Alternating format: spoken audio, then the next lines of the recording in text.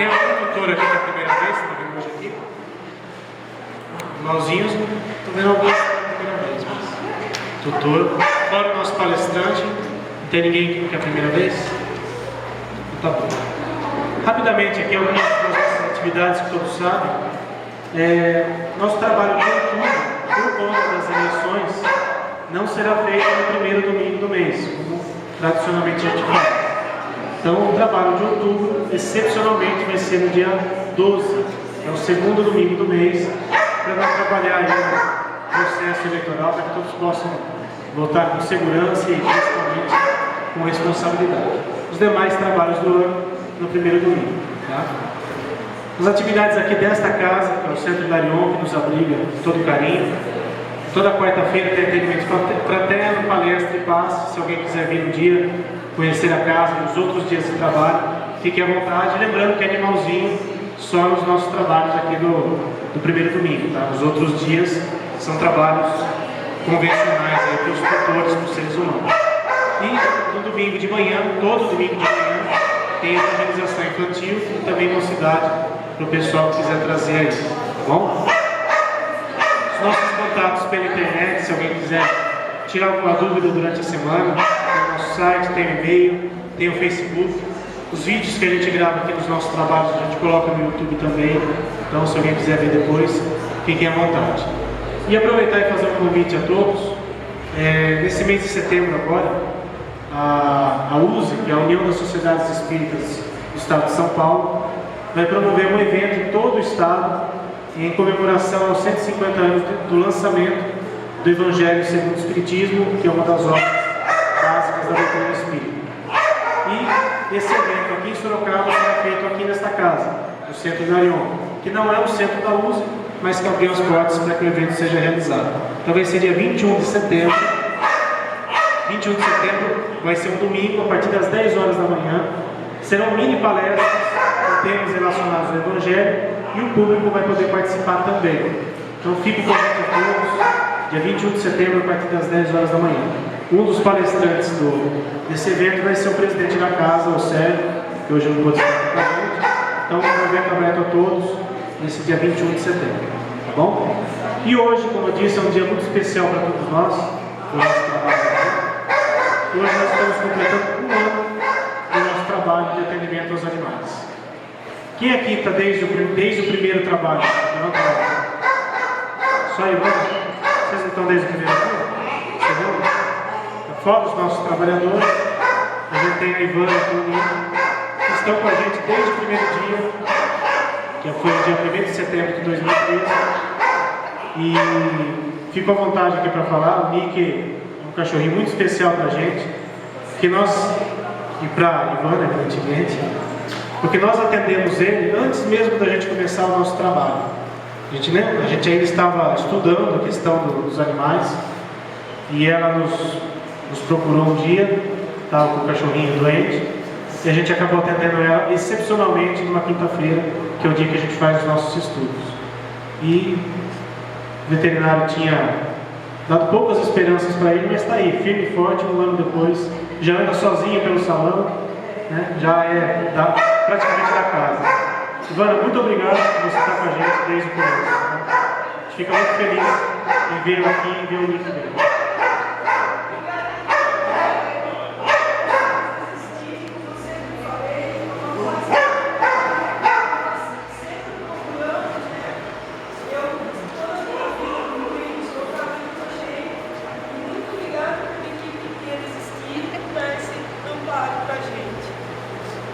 Parabéns por um ano de São Francisco. Deus nos pague. A gente agradece a você, toda a espiritualidade da casa, nossos amigos espirituais que nos acompanham. Mas a gente só está aqui hoje, realizando um trabalho como esse, por influência de outras pessoas que já realizam esse trabalho há muito tempo. Então aqui vai o nosso agradecimento a outros grupos de trabalho que foram corresponsáveis por a gente existir.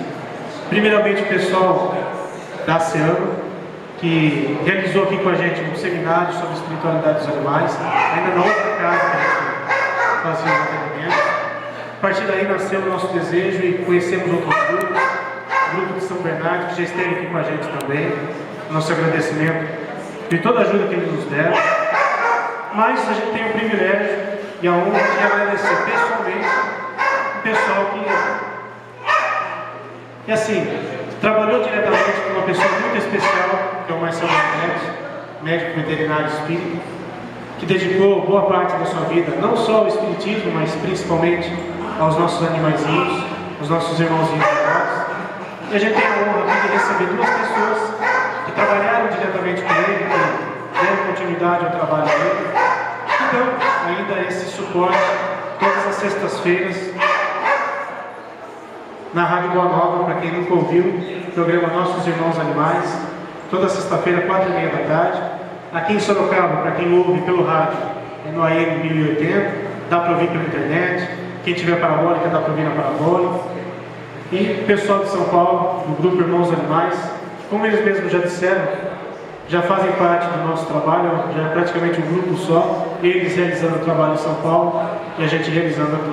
A gente agradece muito a presença deles hoje, completando um ano do nosso trabalho, e é o que a gente brincou. Se o trabalho está funcionando hoje, é por culpa deles, culpa entre aspas. E quem vai fazer a palestra hoje é um dos companheiros lá de São Paulo, Ricardo Capuano, que não pôde estar com a gente na primeira vez que eles vieram aqui, e hoje ele vai fazer a palestra com a gente. Ricardo, muito obrigado pela presença de vocês, e principalmente obrigado por vocês nos ajudarem a realizar esse trabalho que hoje a gente concretizou.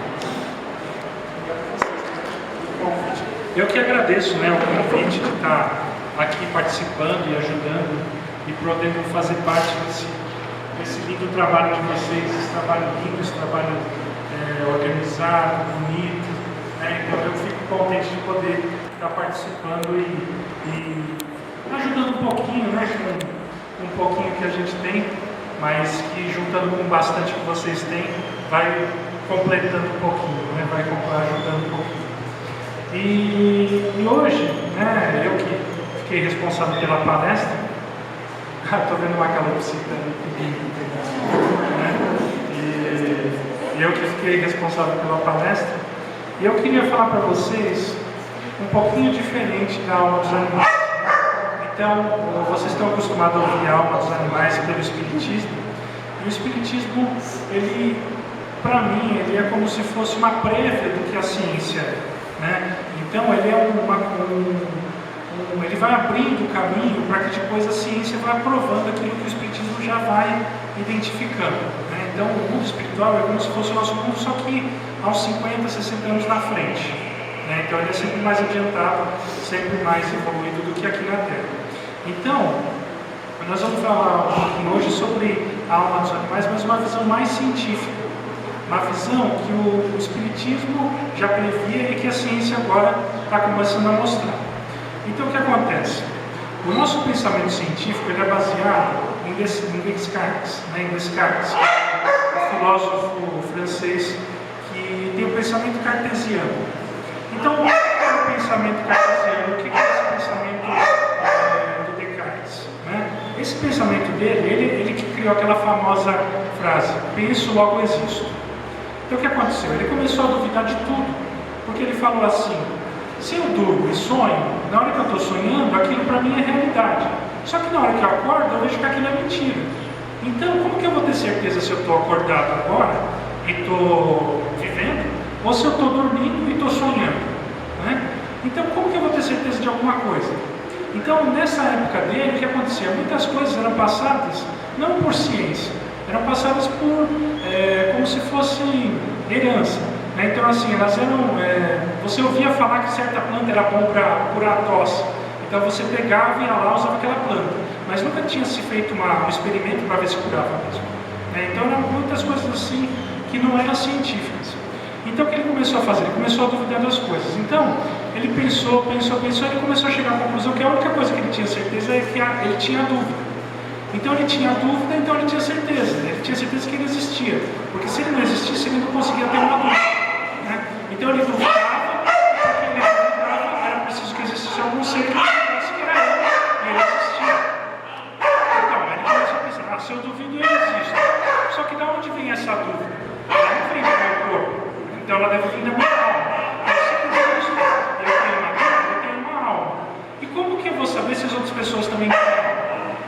sabendo se elas pensam também, se elas têm dúvidas, se elas pensam, se elas pensam, elas existem, e elas têm. Então o que ele começou a considerar? Ele começou a considerar que a pessoa expressava o pensamento. Então eu vi que esse único jeito de a gente conhecer o que passa na cabeça das outras pessoas é pela comunicação. Então se a pessoa comunicava, falava as ideias que ela tinha, você sabia que ela tinha as ideias e que ela estava pensando. Então o que ele começou a associar? A pessoa conversa, fala, se comunica, ela está passando para fora um pensamento que é interno, que é criado pela alma da pessoa. Então, todos os seres que se comunicam, que conseguem se comunicar, têm alma. Os que não se comunicam não têm alma. E aí ele começou a falar assim, os animais não conseguem se comunicar, eles não têm alma. E aí deu a entrada para todos aqueles absurdos que a gente vê na Idade Média, o pessoal estudando os animais. A gente vê até hoje muita gente falando que os animais não sentem dor, que os animais não pensam, que os animais não têm raciocínio. Por quê? Porque vem dessa ideia dele, que só quem consegue se comunicar é que tem alma. Então, o que acontece?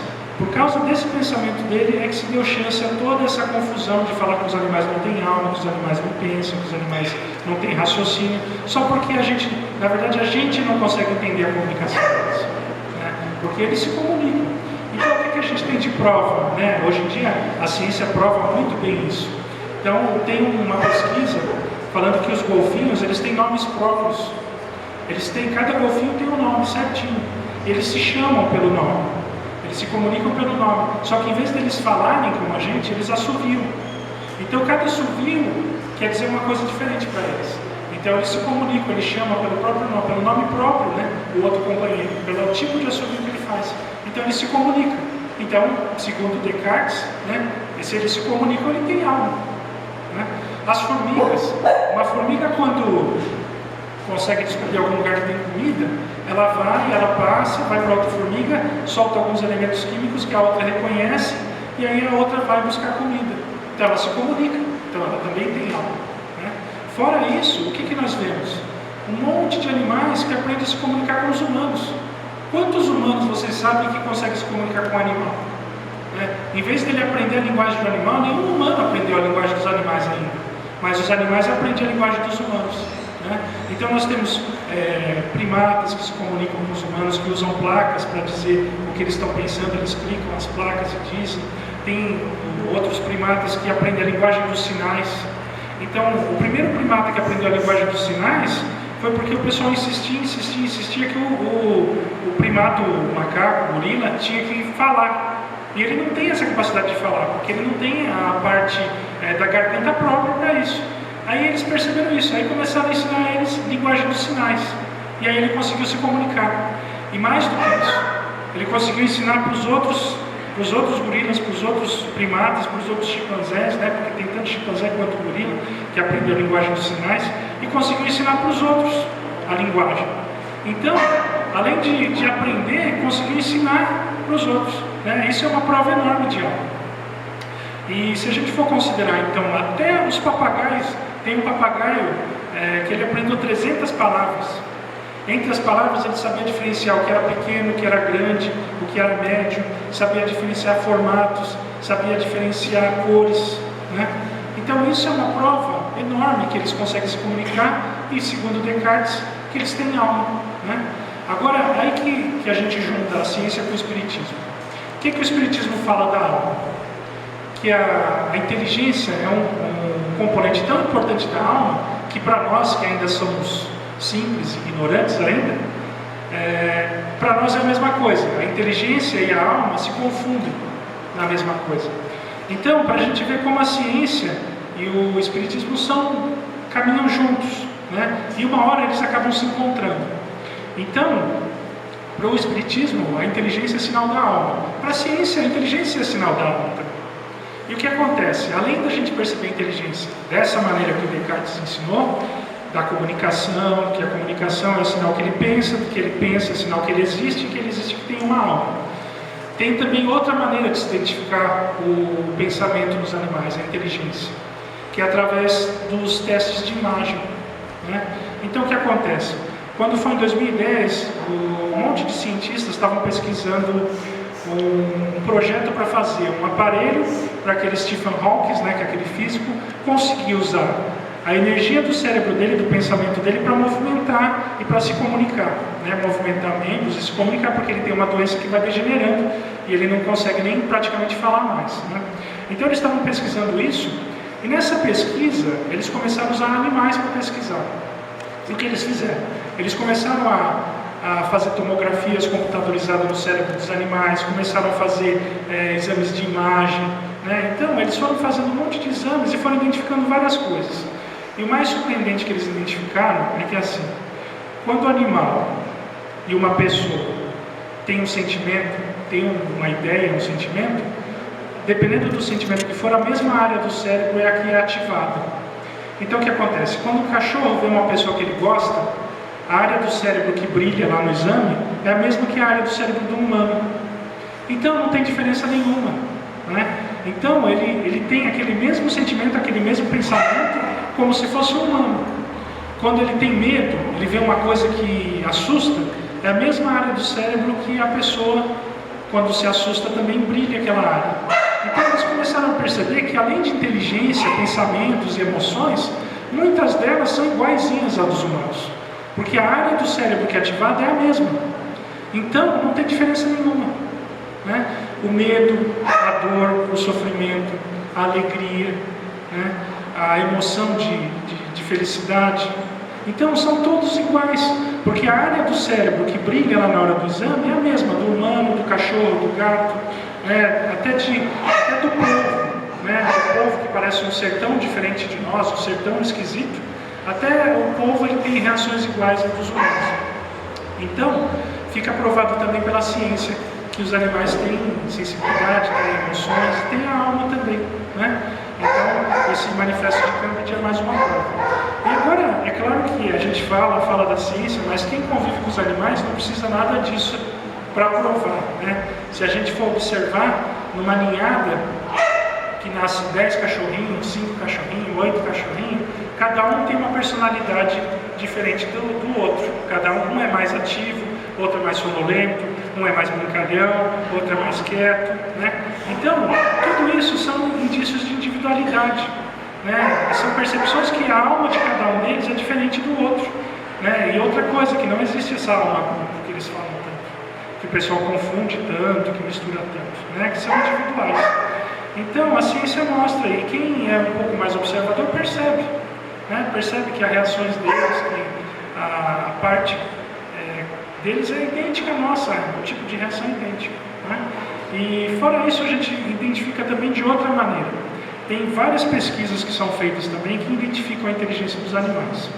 Então, assim, tem um trabalho que foi feito nos Estados Unidos e foi feito no Brasil, que eles pegaram um ratinho e puseram o ratinho que tinha que apertar um certo botão para cair a comida. Aí primeiro ele aprendeu isso. Aí eles pegaram, puseram alguns eletrodos na cabeça do ratinho e coletaram os dados de quando ele fazia aquela ação. Então coletaram os dados dele, apertando o botãozinho para cair a comida. Aí eles pegaram, mandaram pela internet, né, eles fizeram isso nos Estados Unidos, mandaram pela internet aqui para o Brasil, chegou aqui, eles puseram essa informação da mesma maneira no cérebro de um ratinho daqui que não sabia como abrir a caixinha, né, para pegar a comida. E o ratinho daqui foi lá e repetiu o mesmo gesto. Então é uma coisa que tem uma capacidade tão grande, vocês imaginam que ele, além dele formar um pensamento, esse pensamento foi transmitido pela internet para um outro lugar e foi transmitido no cérebro de um outro rato e o outro rato repetiu o mesmo ato, né? Então isso é uma demonstração de inteligência e de alma, né? Uma demonstração de um pensamento inteligente que pode ser provado e pode ser demonstrado, né? Então é o que a gente estava falando.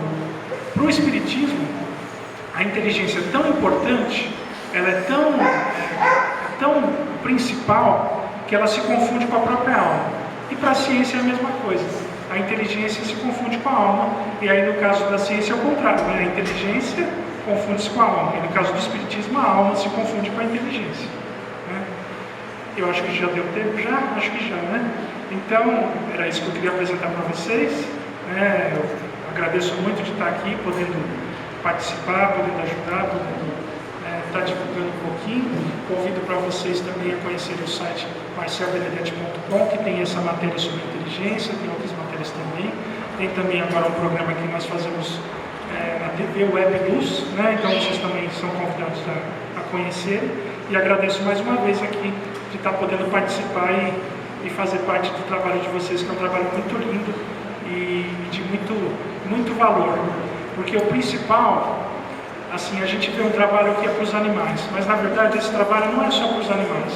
Esse trabalho é para os animais, para os tutores e para a espiritualidade. E aqui também é um trabalho pelo Espiritismo, né? Pela divulgação do Espiritismo, pela divulgação da caridade, pela divulgação do amor e pela divulgação da doutrina de Cristo mesmo, né?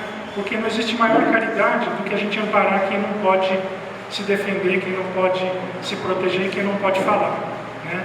Então vocês estão de parabéns e eu agradeço mais uma vez aqui a participação.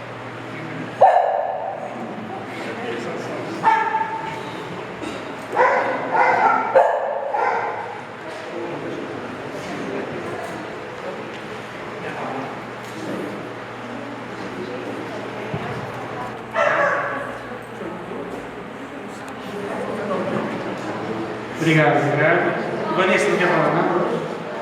Não? Ele é muito envergonhado, só fala na rádio. Pessoal, a gente vai começar então os atendimentos para quem vai passar. Para quem é só o passe, é só aguardar aqui que a gente vai chamando vocês, tá bom? E mais uma vez, obrigado a todos pela presença. E uma data, como eu disse, muito importante para a gente. Espero que seja o primeiro de muitos anos que a gente realiza esse trabalho. E o nosso desejo, como era o desejo do querido Marcel, que outras casas também possam realizar esse trabalho.